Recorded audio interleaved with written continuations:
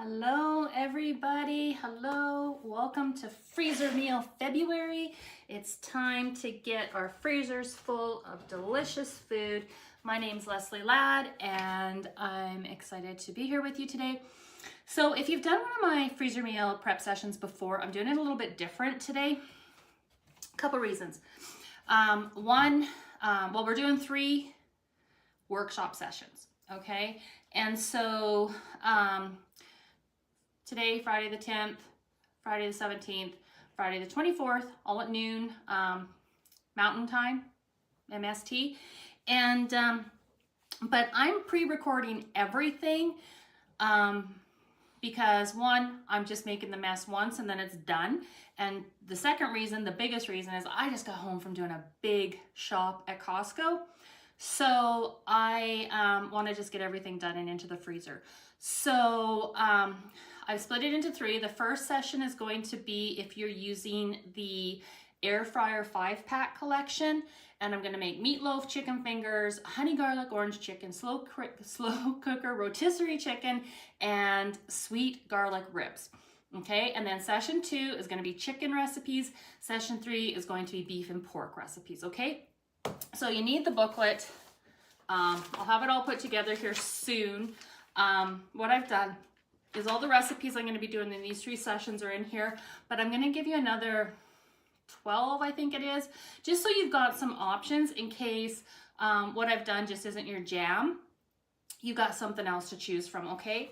So in the booklet, I also have a page of freezer meal tips. It's going to tell you about like getting prepared, money and time savers, what to do on prep day, storing tips, stacking your freezer bags, like all kinds of tips if you haven't done freezer meal sessions before. So they're there. And then you're going to get your recipes with instructions.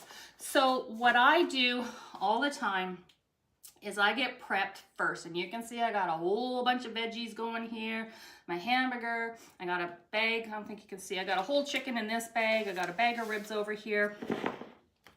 I love these things. We get them from Amazon. I got some, and then I got some for Christmas, so I love that I have so many because I also do prep sessions at my house occasionally, or I go to customers who live close by and do freezer meal prep sessions there. So I label my bag with what's going in there. I flip it down a little bit just so you don't get any gunk on the Ziploc area. And then they just go into this, and it snaps at the top a little bit, so it holds it in place. And then it also, these arms extend. So you can have a nice, you know, your whole bag sits like that, and then you just drop your food right into it. It is slick. So I got these, and I did get reusable Ziploc bags, which are really good, but honestly, I love using them better for fruits and vegetables in the fridge. I find that they last quite a long time, but in the freezer, they weren't as good because for some reason, like I just couldn't get the zipper to work properly, and so I just switched, and so I just use these and then wash them when I'm done, use them again instead of these ones. Plus, writing on these, it kind of stayed permanently, so that was tough. So that's what I did. So anyways, today we're starting with the air fryer 5-pack meatloaf, chicken fingers, honey garlic orange chicken, slow cooker rotisserie. That one's catching me up today, hey? And sweet garlic ribs, okay? So it's these. You get classic meatloaf, crispy crunchy coating, which if you've been here a while, you know I love this one. Sweet garlic chicken, another huge favorite at my house. Rotisserie chicken, and the honey garlic meatballs, another huge. All these are huge. We love these meal solutions, really. Use them a lot. So I'm gonna start with the meatloaf because I have it here, and I actually have 3 pounds of hamburger in here because I'm gonna make a double. Like I'm gonna make 2 meatloaves today. I have the extra hamburger, so why not, right? So let me just find a little space, and then we'll get started. So one thing I do, this calls for an egg, 1 egg per recipe, so it'll be 2 eggs. But because I can't use eggs, I use Epicures better than mayo. seasoning. I'm already dirty. You guys hang out with me, you know it doesn't take long till I have something spilt or all over me or whatever. So I use about half, for 1 pound, or for one recipe, I'd use half a scoop with about 2 or 3 tablespoons of water. You just kind of get the consistency of an egg. And so, there's some water.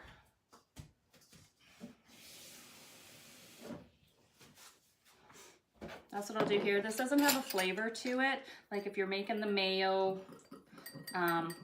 oops, spilling, you add the vinegar and you add seasoning to it for the flavoring, because this just doesn't have a flavor. But if you can't eat eggs, it's a really good substitute for eggs. So I might be getting off camera here a little bit. Okay, so you just stir that up.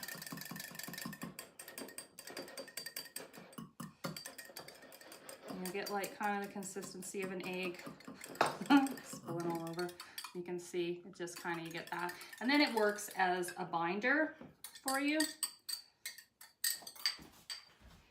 And then also I find that a lot of time for the 2 of us, these packets are more than enough. So I'm just using 1 packet with 3 pounds of meat, but I'm gonna put in a little bit of Worcester sauce and some, you could use 3 onion or French onion dip mix, whatever you have. You could use a little bit, you could use Philly cheesesteaks are really good as a meatloaf. You could use the beef stroganoff. Like, use your imagination because so many of our products are so versatile. And so I don't think I have the Worcester sauce out. Okay. And then that goes in. And then if you are new to Epicure, then you might not know that our products are super low or no sodium. So you likely want to add a little bit of salt to your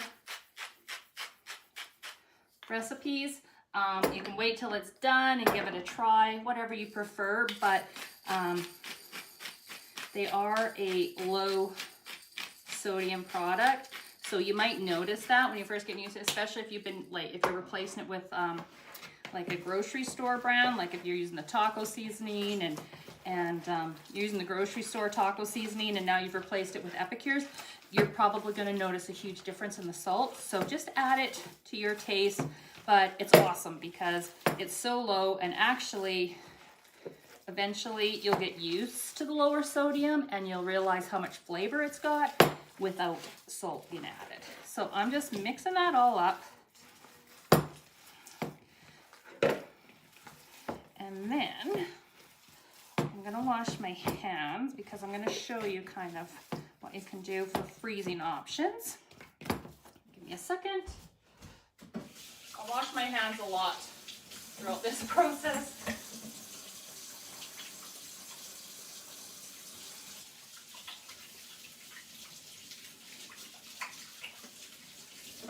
So the preparation, the prep probably took me about an hour and a half, but I'm kind of a dawdler too. I kind of like, I made my lunch, I let the cats in and out about 8 times. So it wasn't like I just put my head down and got ready, but still an hour and a half to 2 hours of prep when you're gonna end up with like 15 meals to go in the freezer is no big deal. So if you pick an afternoon to do this, get it done, you're just gonna love it. So what you can do now with your meatloaf is you can put it in the little mini muffin pans, go freeze it, and then pop them out and then freeze individual size muffins. You can use the mini loaf pans. They make really cute little individual meatloaf, same thing. I would freeze them in here and then pop them out and put them in a freezer bag. You can just put them in these metal tins to begin with and just wrap them up and put them in the freezer and you're done. Or you can do what I'm gonna do, which is I'm gonna split it and put it in my rectangular steamers, and then I'm gonna freeze them like this, remove it, wrap it up, and put them in the freezer. The reason I'm doing that is because I like to cook my meatloaf on the broiler pan so that all of the juice and the fat actually drips down. So you do what works for you, and but I just wanted to show you a few options. So we just put that right into the steamer pan like that. And then there you go. Those guys are done. And then at cook, on your recipes, I have where it says at cook. And then, so that's what you do when you're actually going to make them. So these are going to get set aside. They're going to go in the freezer, and then they're going to get wrapped up when they're done. Okay, so our first two meals are done. Wash my hands. Okay. I also need this little. Next, we're going to do, we'll get our whole chicken and our ribs done and out of the way. Yeah, so when I do my prep, I get my prep all done, and then I clean up again, you know, get all the dishes done, out of the way, ready to go. So that was classic meatloaf. Now we're going to do the sweet garlic ribs. So I've got my ribs already in my pack. We've cut them in half so that they fit in there. Remove the silver skin from the back. And then with this one, you're just going to sprinkle the seasoning. So you can add a couple tablespoons. Now what I would do normally if I had the space is I would lay these out, put 2 tablespoons of oil on them, and then sprinkle the seasoning pack on. But I'm doing it the clean way today. I've already got it in the bag. The whole pack go on.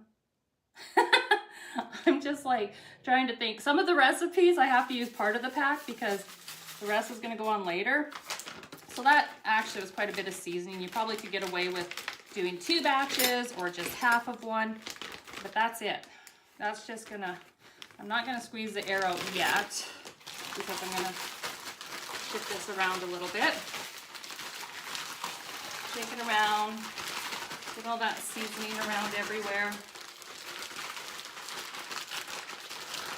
And these aren't actually going into the freezer because this is going to be what's for supper tonight. And then once you have this all shaken around like that, or if you want it to be neater and you want it to be, make sure everything's coated, which I don't know if that matters too much when you're doing a freezer meal like this. Okay, then you would squeeze all the air out, label your bag, into the freezer it goes. Okay, so these are going back here because I'm cooking them for dinner. So watch the, I'll actually post the results before you'll see this video because like I said, I'm pre-recording. Okay, so the other thing I should mention is I usually have a garbage bowl going. So I just, as I have garbage, I just toss it into the little bowl. Keep going. So that was that. Next, I'm going to do the rotisserie chicken. Basically the same thing as what I just did with the pork ribs. The chicken, I took it out of the packaging, patted it dry. And same thing, I'm just gonna put a couple tablespoons of oil, olive oil, down in there a little bit. And you know, because you're doing this as a freezer meal, when it's thawing, you can massage it around a little bit and help it marinate and whatnot. So that's why when you're putting these together, you can be a little less or a little more haphazard because it's going to spend time in the bag and the seasoning. So a packet of rotisserie chicken seasoning goes in there. Now, what I love to do with the rotisserie chicken is when I buy the pack, the set of 3, I put them into one of the tall jars, like this size of jar. And then I put a shaker lid. I keep my shaker lids. I put a shaker lid on it. And then you can just shake it onto like chicken breasts if you're cooking them, ribs. It's really good on ribs. If on chicken breasts or on a whole chicken, whatever, you just shake it on as you need it. It works really slick. So same thing. Now I got my oil, my chicken in there. It's not fancy. We're just getting it into the freezer so that it's there when we have a super busy night.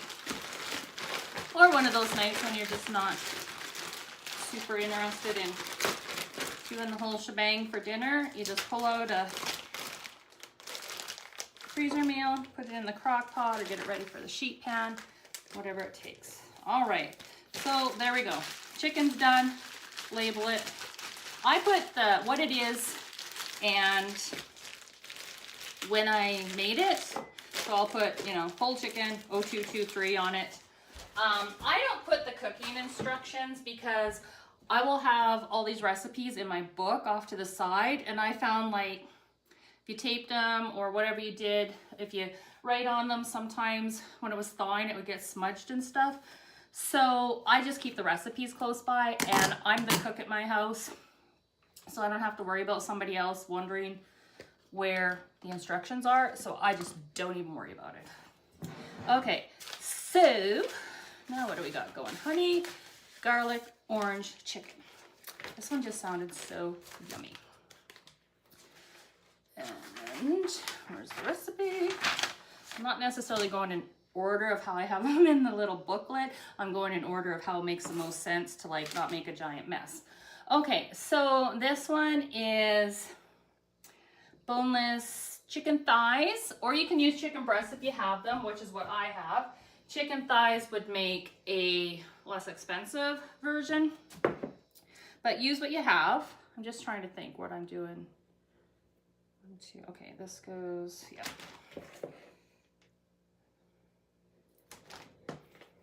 Okay, so that's 6 of those going in there.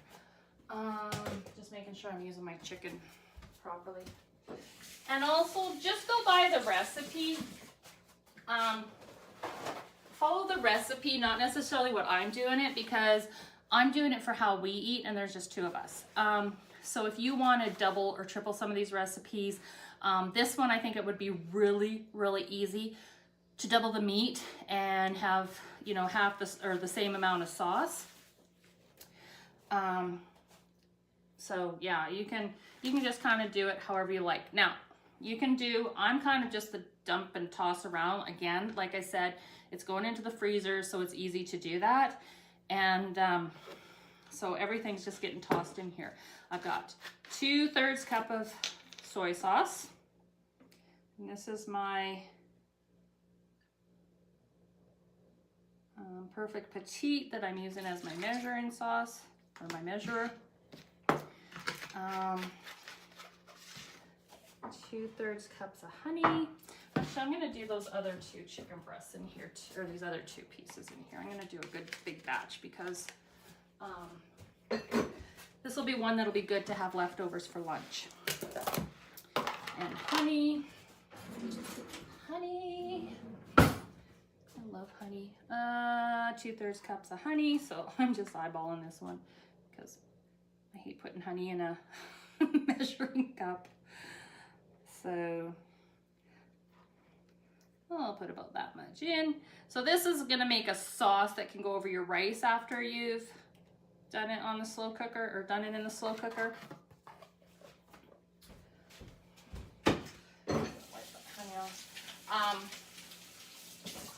So that's why it seems like a lot of sauce is going in there. And then, so you've got a nice sauce for your rice. Okay, 1/4 cup of orange marmalade. This is what I thought was a really neat part of the recipe. Again, I'm just eyeballing it. That's kind of how I cook. What about you guys? How do you cook? You kind of eyeball it, or are you like, nope, hard, true measurement? 1/4 cup of hoisin sauce.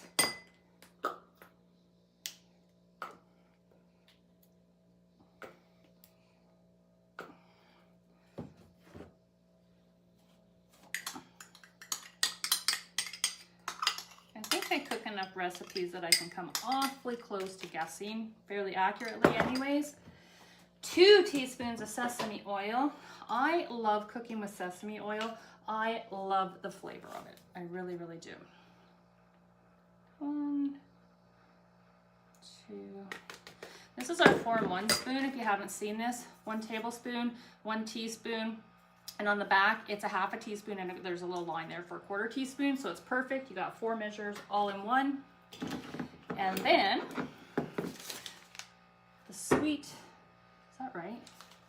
I tell you, I've been doing these recipes so much, I'm forgetting. Oh no, that goes on the ribs. I need the honey garlic. Sorry, I got the wrong pack. It shouldn't be the sweet garlic. It should be the honey garlic. that I seem to have misplaced. Okay, did I already use that one? I have a feeling that I put the wrong one on the ribs. That's what I did. Okay guys, so here's how we improvise. Because I put the honey garlic seasoning on the ribs. It should actually go in the honey garlic chicken. The sweet garlic chicken should have gone on the ribs, but now it's gonna go in the honey garlic chicken. So there's a little faux pas on my part. So again, follow the recipe, not me. Oh my gosh. I get talking and going along. No wonder it looked weird to me, hey? And yeah, so honestly, I don't think that's gonna make a big difference other than we're gonna have a more Asian flavored rib tonight instead of just a straight sweet garlic. I think it's gonna be delicious anyways. So what I'm gonna do is now instead I'll make some stir-fried vegetables and some rice, and that's what we'll have with the ribs. So there you go. And there I am, improvising, just showing you how amazing these products are and how quickly you can adjust. So this you'll freeze flat like this, so it hardly takes up any room. And that's number 1, 2, 3, 4, 5. And finally, we're gonna get to the chicken fingers.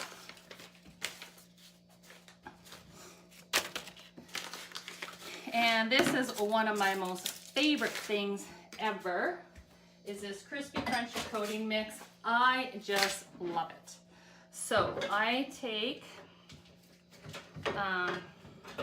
I use the mayo. You can use Greek yogurt, but I use vegan mayo because I do have an egg intolerance. And so this works. It's not as, I don't love it as much, or I don't love regular mayo either, but it's a little bit thinner than regular mayo, but it works pretty darn good. So I put some of that in a bag. I have tried just dipping the chicken breasts and everything, but honestly, I just find that doing it this way works the best. And then I'm going to put the coating mix. It's already seasoned, it's already ready to go, completely gluten-free, little crispy crunchy, guys. And I've got my chicken ready to go, and so I just toss the pieces in here. I'll just toss them all in, what the heck. Give my hands a quick wash again.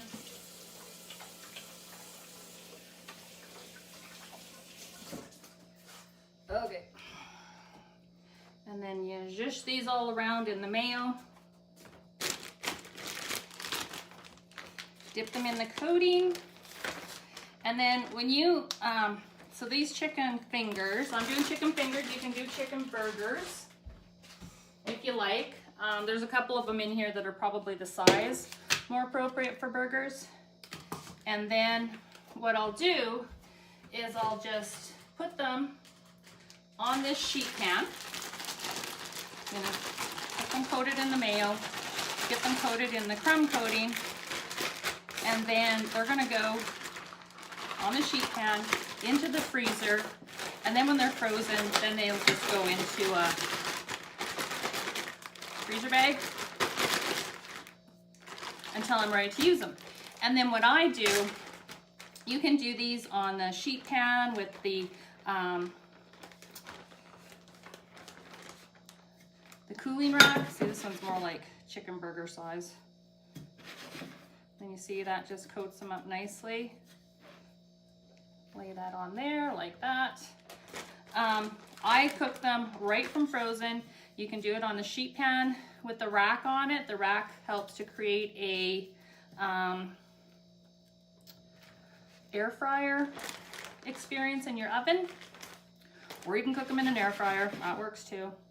But just cook them from frozen. Just take out what you need, cook them, and you're good. And there you've got homemade chicken fingers, done fast. You know what's in them. I love them. I really do. I have these handy in the freezer all the time to make a quick lunch or cook them up and chop them up and make like teriyaki chicken wraps or, you know, buffalo chicken wraps. Chop them up, put them on salad. It's kind of just up to you. But they make for great lunches. Okay. There we go. I got the last little one in here. Boy, that's just the perfect amount of crumb coating. Perfect amount of chicken. 1, 2, 3, 4, 5, 6, 7, 8 chicken fingers I made with one packet. A couple of them, like I said, are about chicken burger size. And then those are gonna go in and freeze. 1 second, just gonna wash my hands again. That'll be what I do most of anything, wash my hands.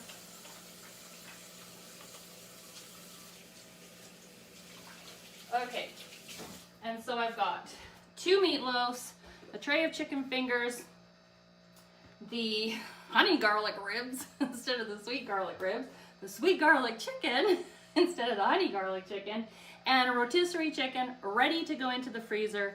That's session 1, all done for you guys.